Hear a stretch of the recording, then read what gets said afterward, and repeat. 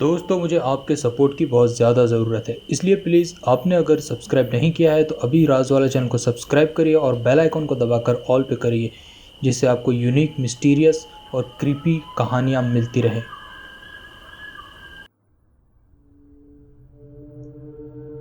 मेरा नाम है कॉर्पोरल निक बाइसन और जब मैंने पहली बार यूएस आर्मी ज्वाइन की थी, मैंने कभी नहीं सोचा था कि मैं सुपरनैचुरल चीज़ों से लड़ूंगा। मैंने ये नहीं सोचा था कि मुझे वैम्पायर्स से भिड़ना होगा। मैं तब अफ़गानिस्तान में एक इन्फेंट्री यूनिट में था।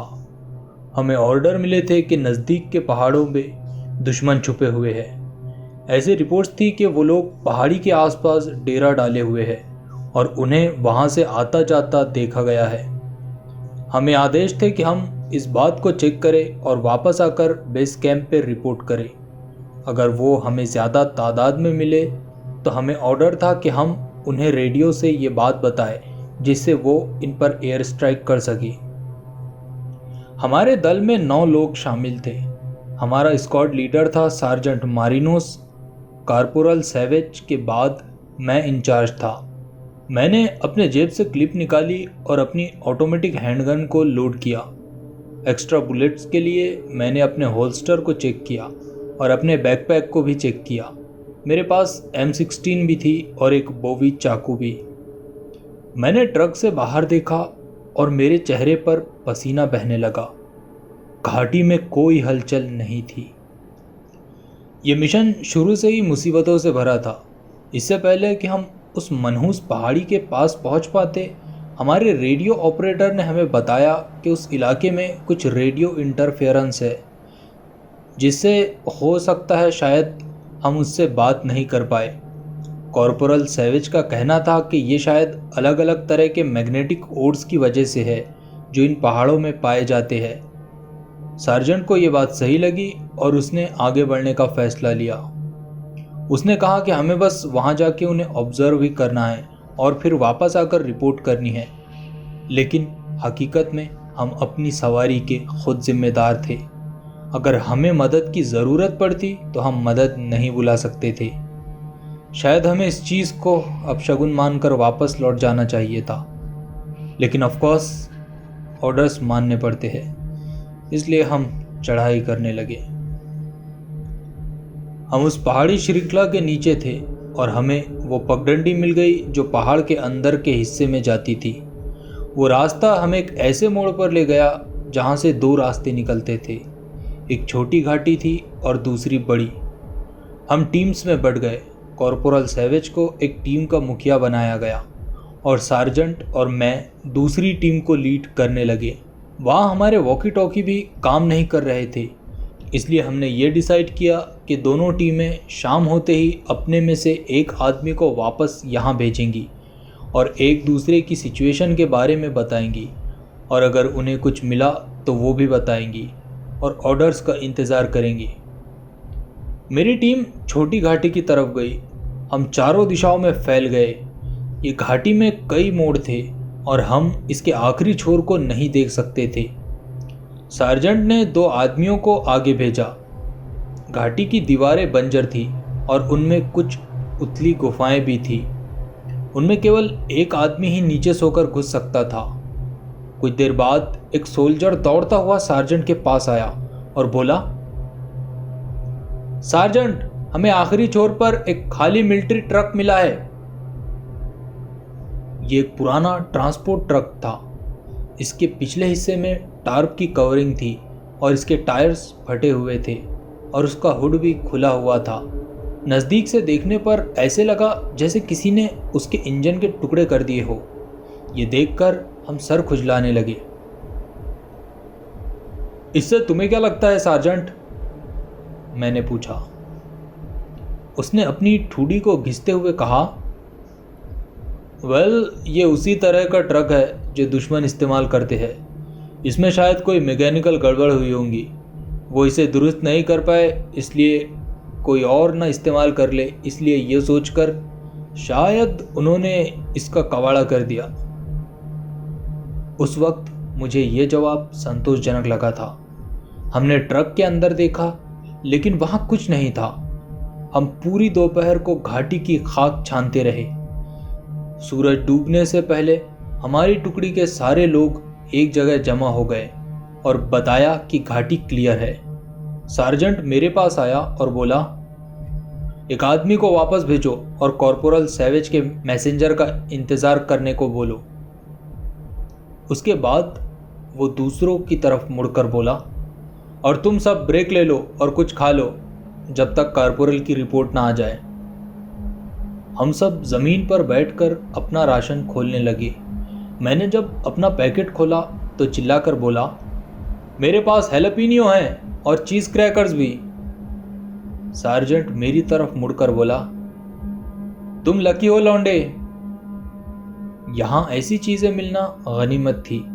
इससे पहले कि मैं अपना पैकेट खोलता, एक जोरदार धमाका हुआ। वो क्या था? मैं बेतहाशा बोल उठा। सार्जेंट अपनी जगह से कूदकर आसमान की तरफ देखने लगा। दूर धुएं का गुबार उठ रहा था। वो दूसरी घाटी की तरफ से आ रहा है, सार्जेंट बोला। मैंने पूछा, तुम्हारा मतलब कॉर्पोरल सैवेज की घाटी की तरफ? हमने एक दूसरे को देखा और चिल्लाकर बाकी आदमियों से कहा, उठो, हमें कॉर्पोरल सैवेज की टीम की तरफ बढ़ना है। हम अपने सामान बांधने लगे थे। तभी सार्जेंट ने कहा कि भारी सामान और रेडियो उस ट्रक में रख दो, हम उसके लिए बाद में वापस आएंगे। हम उस धुएं का पीछा करने लगे और जैसे ही हम उस बड़ी घाटी के मुहाने पर पहुंचे, हमें जमीन पर कुछ पड़ा हुआ दिखा। वो बुरी तरह कालिक में कवर्ड था। मैं उसके पास गया और उसके चेहरे को जब मैंने देखा तो मैं उसे पहचान गया। ये हमारा ही आदमी था, PFC कॉल्स्की। मैंने उसे पलटा और देखा कि उसके पेट से खून बह रहा था। तभी उसने आंखें खोली और गहरा सांस लिया। मैं चिल्लाया, ये जिंदा है नेडोल्नी, इधर आओ। हमारा कॉम्बैट मेडिक नेडोल्नी दौड़ कर आया। उसने जल्दी से अपना बैग खोला और बैंडेजेस निकाले।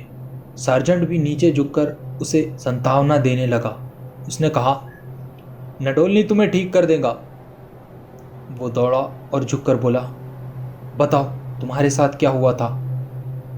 कॉल्स्की ऊपर सार्जेंट को देखकर बोला, हमने पहले बड़ी गुफाओं को देखने का सोचा था। उसने एक गुफा की तरफ इशारा करते हुए कहा, जो नज़दीक ही थी। वहाँ एक टनल थी जो नीचे करीब 10 फीट तक जाती थी। वहीं पर उन्होंने हम पर हमला किया। उनमें से एक ने मुझे मछली की तरह फाड़ दिया। कॉर्पोरल ने उसके चेहरे पर गोली चलाई और मुझे बचा लिया। हम उनका मुकाबला नहीं कर सकते थे, इसलिए कॉर्पोरल ने हमें वापस लौटने का ऑर्डर दिया। लेकिन वो लोग हमारे पीछे थे और मक्खियों की तरह हमें मार रहे थे। किसी तरह से कॉर्पोरल और मैं यहाँ तक आए। फिर कॉर्पोरल ने 2 ग्रेनेड्स निकाले और कहा कि वो उन्हें बाहर नहीं आने दे सकता इन गुफाओं से। फिर उन्होंने मुझे बाहर धक्का दिया और दौड़ के गुफा में चले गए और फिर वो धमाका हुआ। Oh my God! सार्जेंट इसे सुनकर हैरान हो गया। कॉर्पोरल सैवेज उन सबको लेकर शहीद हो गए, मैंने कहा। तभी कॉल्स्की ने अपनी आंखें बंद कर ली और एक तरफ को ढल गया।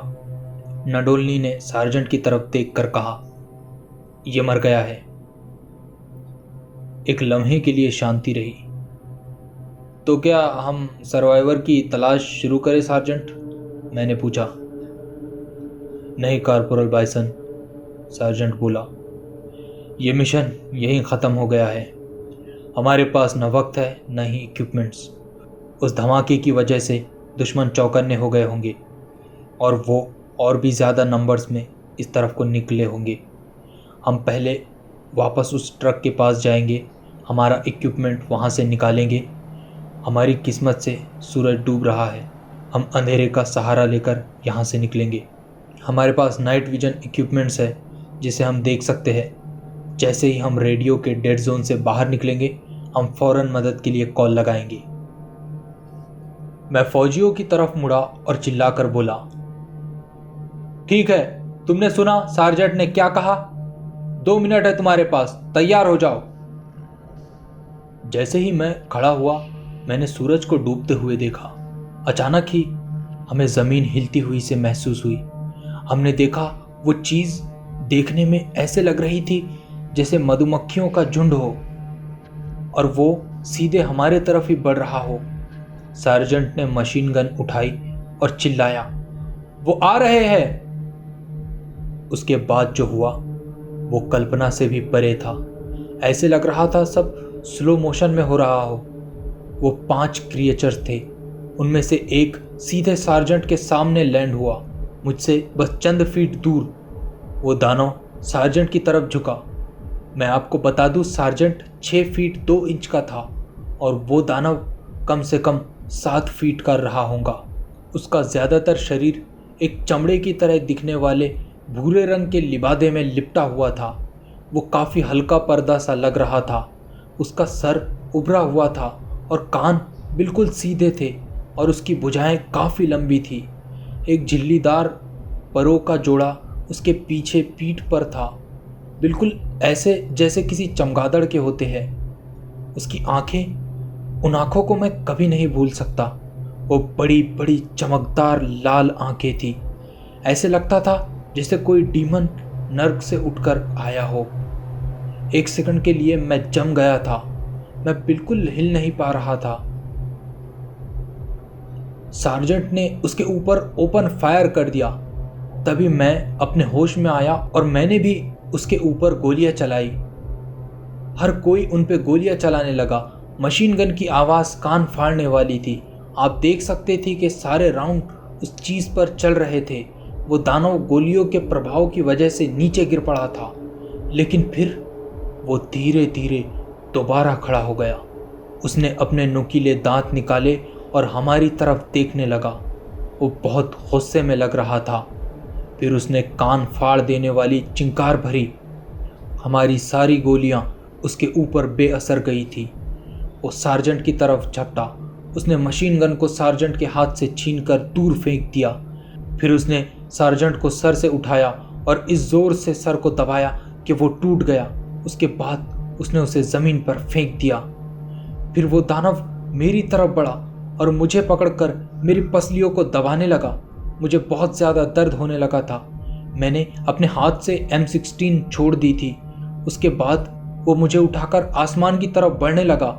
मैंने जल्दी से अपना साइड आर्म निकाला और उससे उस दानव के मुंह पर ताबड़तोड़ हमला करने लगा। उस चमगादड़ का सर तेजी से हिलने लगा। ऐसे लग रहा था जैसे उसे दौरा आ गया हो। हम गिरते हुए ज़मीन पर आ गए।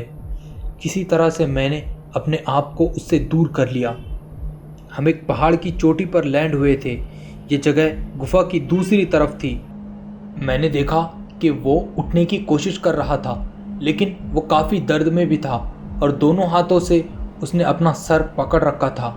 वो लड़खड़ाकर चलने लगा मानो वो नशे में हो, और फिर वो चलता हुआ चोटी के किनारे पहुंच गया और अचानक ही वो वहां से नीचे गिर पड़ा। मैंने जब नीचे देखा तो उसकी लाश घाटी में ज़मीन पर पड़ी हुई थी। उनमें से मैंने एक और चमगादड़ को देखा जिसने अपने दांत प्राइवेट वॉटसन की गर्दन में गड़ाए हुए थे। वो सारे दानव शायद मेरी टीम के मांस को खा रहे थे। मैं वहाँ से पीछे हट गया और सोचने लगा कि अब क्या किया जाए। मुझे आर्मी को इसके बारे में आगाह करना था। मैं उठा और उस दिशा में बढ़ने लगा जहाँ हमारे इक्विपमेंट्स रखे थे। मैं दौड़ते दौड़ते बार बार पलट कर देख रहा था कि कहीं कोई मेरा पीछा तो नहीं कर रहा है। किसी तरह मैं उस ट्रक पर पहुंचा और मैंने वहां से रेडियो और M16 उठाई। मैं सार्जेंट का ही प्लान फॉलो कर रहा था। मैंने रात में देखने के लिए नाइट विजन गॉगल्स का इस्तेमाल किया। जो कुछ मेरे साथ हुआ था इससे मेरा दिमाग हिला हुआ था। क्या वो लोग सच में वैम्पायर्स थे? मतलब वो वैम्पायर्स जिनकी फिल्में हम देखते आए हैं? अगर ऐसे था तो मेरे पास उनसे बचने के लिए क्रॉस या लहसुन या अदरक कुछ भी नहीं था। उन्हें अनडेड कहा जाता है, यानी ऐसे जीव जिन्हें आसानी से नहीं मारा जा सकता। उनकी उस पतली सी स्किन को मशीन गन से भी भेदा नहीं जा सकता है। लेकिन जिस चमगादड़ ने मुझे पकड़ा था उसका मुंह काफ़ी कमज़ोर था। तभी मेरे कुछ वार में ही वह ढह गया था। क्या ऐसे मुमकिन है कि उनके सर या मुंह में नाजुक हिस्से होते हो जिससे उन्हें दर्द महसूस होता हो? लेकिन मैंने उसके सर से खून को आते हुए भी नहीं देखा था। ये ऐसी चीज़ है जिस पर सोचने की ज़रूरत है। मैं पूरी सावधानी से घाटी से बाहर निकलने लगा था। मैंने बस कभी कभार ही चट्टानों या कभी कभी मिलने वाले पेड़ों के पीछे छिप जाता। जब भी वो चमगादड़ हवा में उड़ती हुई नजर आती, वो कई बार मेरे सर के ऊपर से गए, लेकिन खुशकिस्मती से वो मुझे देख नहीं पाए। उनकी तेज़ आवाज़ घाटी की दीवारों से लगकर वापस गूंजने लगी, जिससे ये अंदाज़ा नहीं होता था कि वो किस दिशा से आ रही थी। मैं सोचता था कि इस इलाके के लोग कुछ ज़्यादा ही अंधविश्वासी है।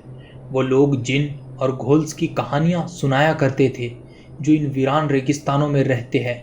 अब मुझे लगता है कि हर कहानी के पीछे कुछ हकीकत तो ज़रूर होती है।